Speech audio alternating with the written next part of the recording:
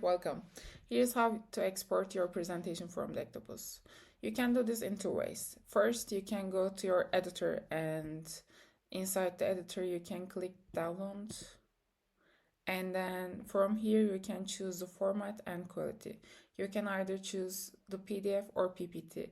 Also, you can choose the quality of the presentation you want to export. You can choose compressed quality, which is smaller file and faster download, or you can choose standard quality, which is larger file and slower download. I'm just gonna choose standard and click download.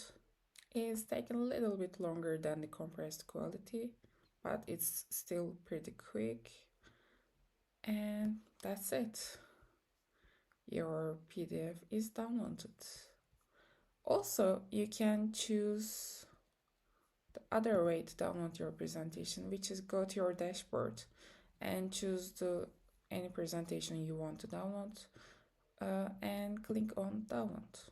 That's it, the same way. Let's choose PPT this time and choose compressed and click on download. That's it. Link in the caption. What are you waiting for?